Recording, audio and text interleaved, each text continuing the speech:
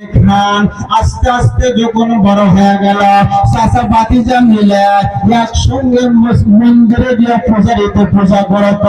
হঠাৎ করে একদিন চাচা ভাতিজা মিলে একসঙ্গে খানা খাইতে বসেছে। চাচাকে ডাক দিয়ে বলে, চাচা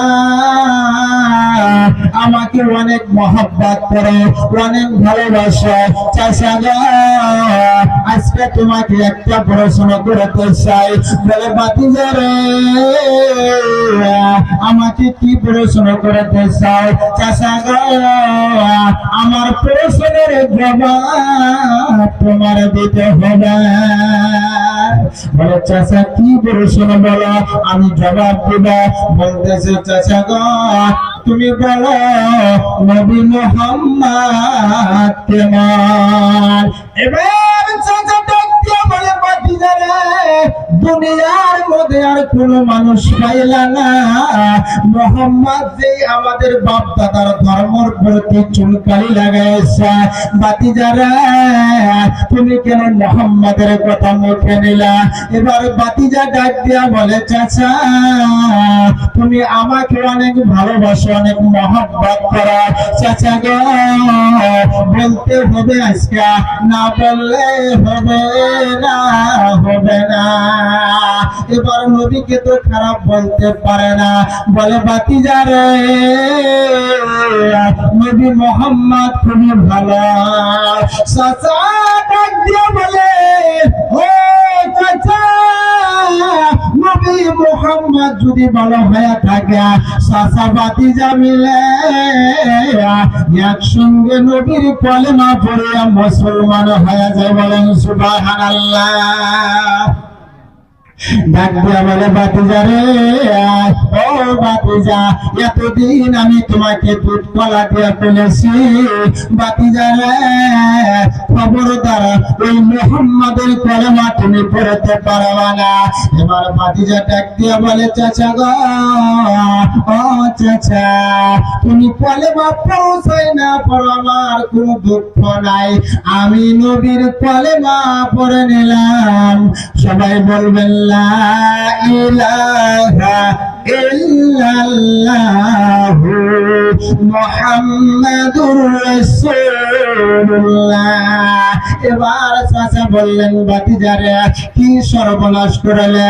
আগে জানলে আমি তোমাকে আমার বাড়িতে জায়গা দিতাম না।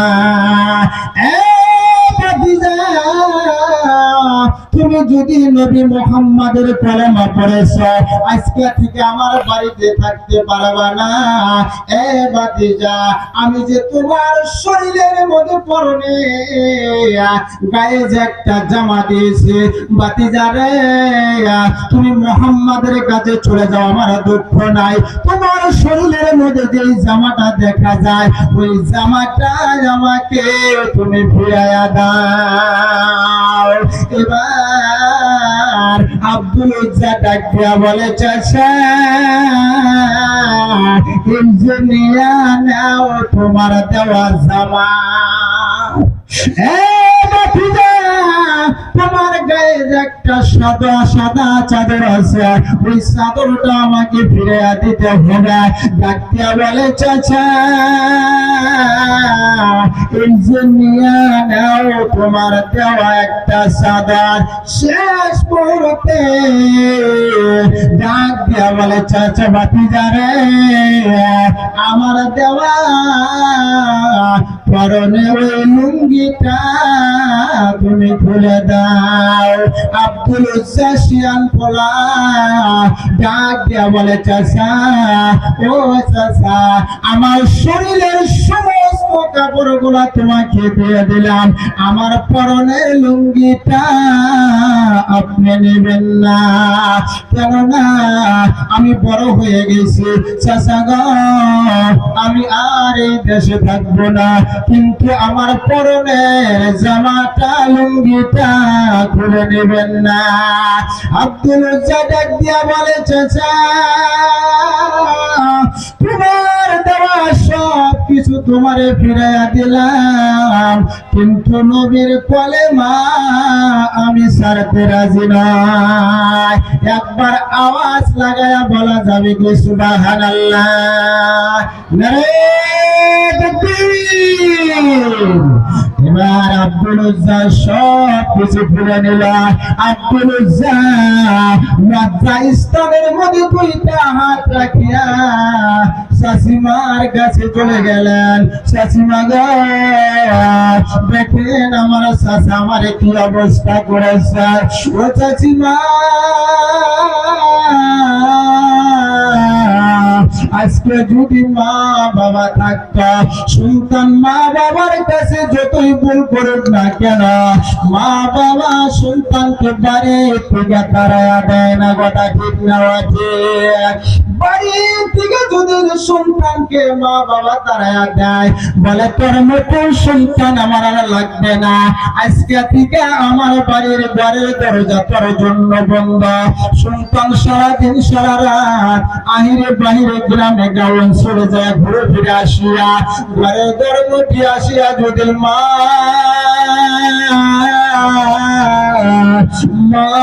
বলে ডাক্তার, মার দেহটা মনের মতো বলিয়া ওই মা ঘরের দরজা সঙ্গে সঙ্গে খুলে দেয়। কথা ঠিক না? আব্দুল উজ্জা চাচিমার কাছে গিয়ে ডাক দিয়া বলে, ও চাচিমা, আমারে একটা কাপড় দিবেন, আমার লজ্জা স্থানকে ডাকি আমি নবীর মদিনার দেশে চলে যাব, আমি আর এই দেশের মধ্যে থাকবো না।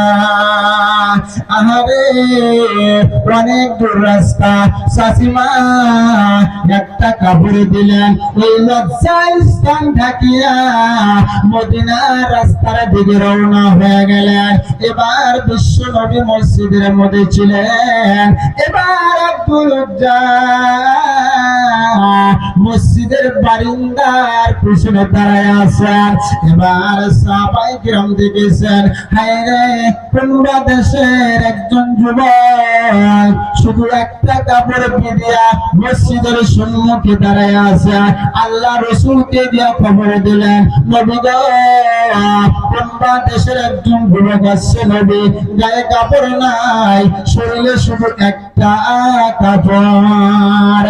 আল্লাহর নবী ডাক দিয়ে বলে, সাহাবারা তোমরা বসে যাও, আমি দেখি রে ওই যুবকটাকে। এবার আল্লাহর নবী আস্তে আস্তে আস্তে আস্তে করে আগিয়ে চলে গেলেন। ডাক দিয়ে বলে, বাবা তোমার পরিচয় কি তুমি বলো, কোনটা দেশে থেকে তুমি আসছো? আব্দুল উজ্জা ডাক দিয়ে বলে,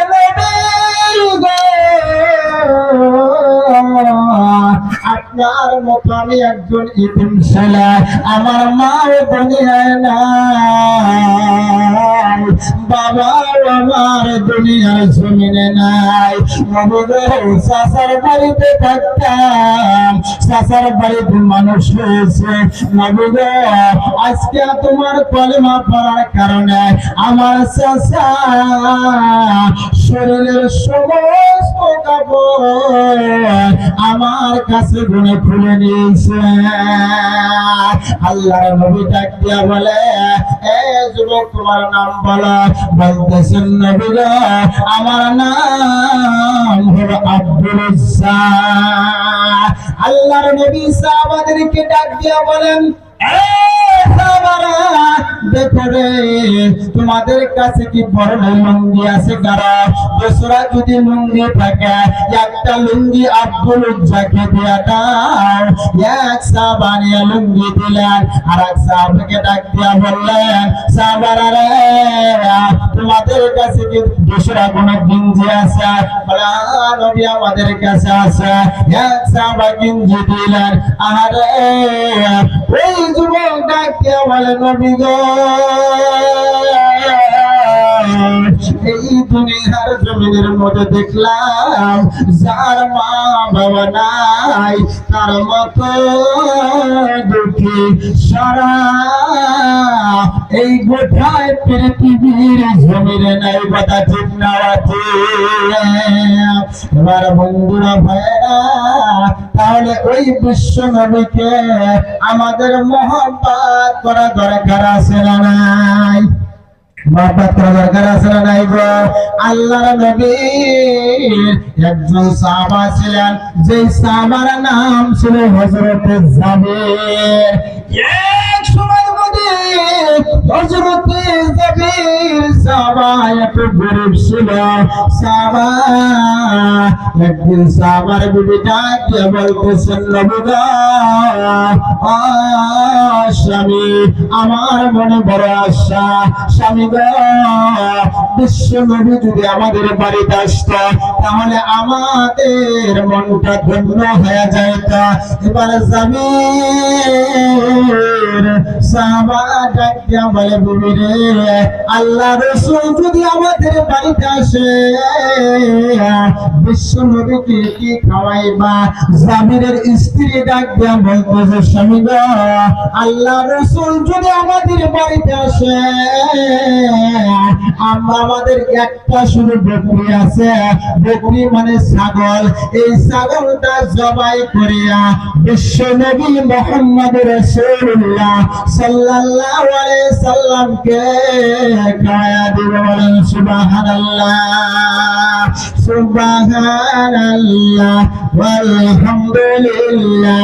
আওয়াজ দিয়ে বলেন লা ইলাহা ইল্লাল্লাহ, সুবহানাল্লাহ ওয়ালহামদুলিল্লাহ ওয়া লা ইলাহা ইল্লাল্লাহ। এই কালেমা সঙ্গের সাথে, এই কালেমা কবরের বাতি পড়ে, লা ইলাহা ইল্লাল্লাহ, লা ইলাহা ইল্লাল্লাহ।